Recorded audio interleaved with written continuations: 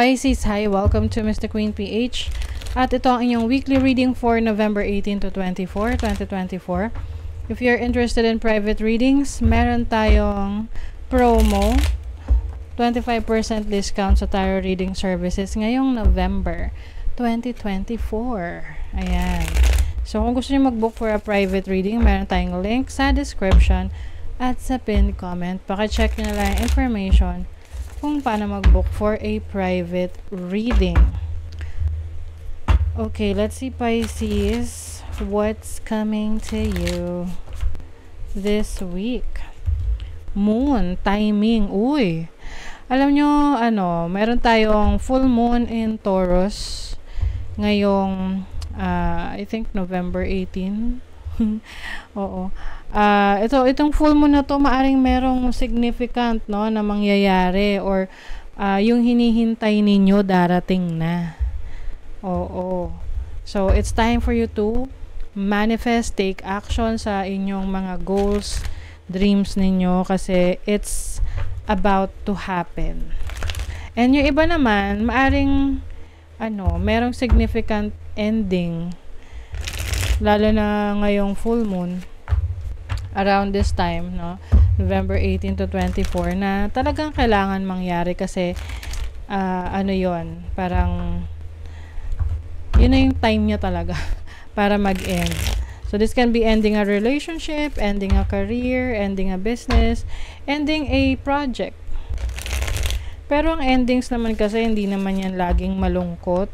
This can also be for the better, 'di ba?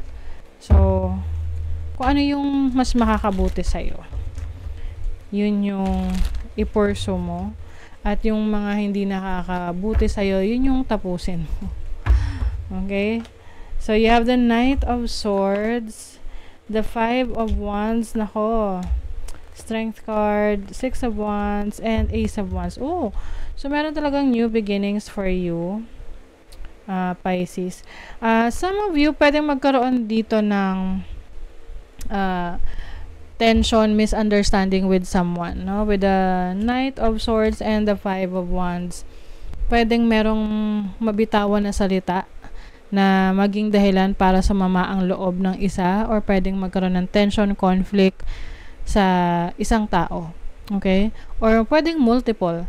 Let's say sa barkada nyo, no? Meron dyan nagbiro, tapos hindi maganda yung gising ng isa, na inis, no?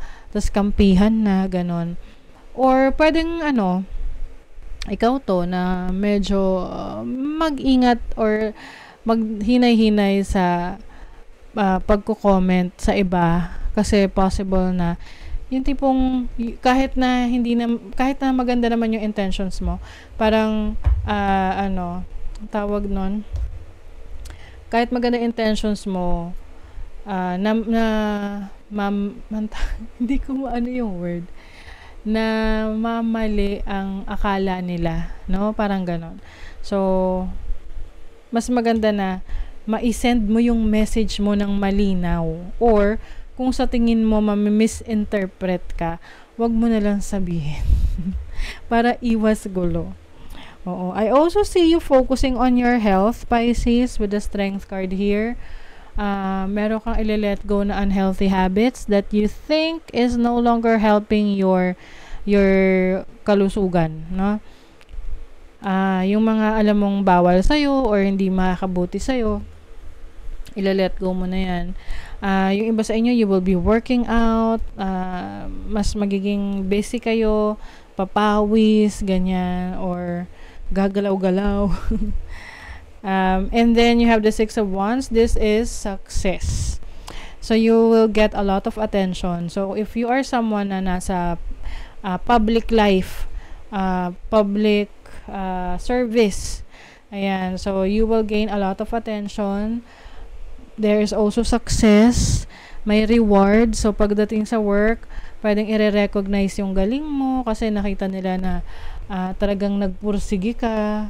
Parang heroes welcome, kumbaga. So you brought honor sa bahay nyo, sa family nyo, sa workplace nyo. So, talagang itong success na to ay something na pinaghirapan nyo talaga. So, worth it siyang i-celebrate. You have the Ace of Wands. So, this is new adventure for you, new beginnings. Maaring merong ma-open up na bagong idea sa'yo na parang, magkakaroon ka ng hyper-focus or attention doon na parang manlalaki yung mata mo na parang, oh my God, that's a great idea na, oh my God, ang ganda niyan, susubukan ko yan, gagawin ko yan. So, it will be presented to you na pwedeng ito ay related sa creativity mo, sa talents mo, sa skill set mo. So, be open sa pag-accept ng energy na yan. Kasi maaring ito yung magbigay sa iyo ng iba pang opportunities. Okay?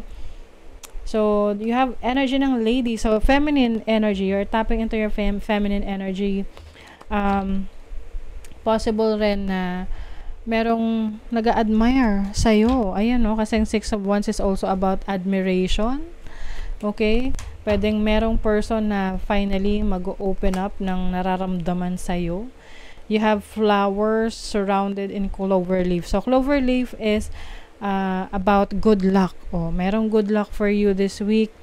Ano man yung i-pursue mo, you are guided, no? Guide ka towards your destiny. You also have, may snake. Syempre, kapag meron tayong mga naaabot na goals, may mga achievements tayo, minsan hindi maiiwasan na may mga taong kino-question kung deserve ba natin yon. So, wag nyo na silang pansinin. Alam mo, pinaghirapan mo, deserve mo yon. Okay? At mas maganda na tahimik na lang.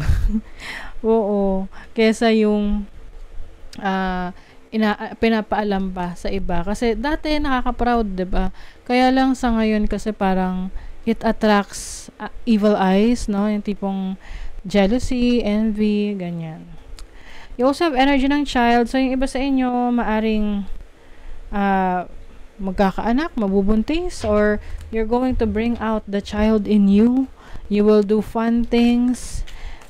Mag-e-enjoy ka this week about exploration, travel. Ayan, Pisces, you are really climbing towards success. Ayan. Successful. Diba? There are new opportunities, possibilities, and paths opening up for you. Kaya naman, naiinggit sa inyo yung iba. Okay, and then, kasi andun yung, kumbaga sa you're on the spotlight Family matters. So, maaring meron ka rin asikasuhin related sa family. Kung kayo ay hindi masyadong naglalabas ng family mo, this week, you will give time sa kanila, or meron lang kailangang bigyan ng attention or focus within the family. Okay? So, that is your reading, Pisces. Thank you so much. Good luck.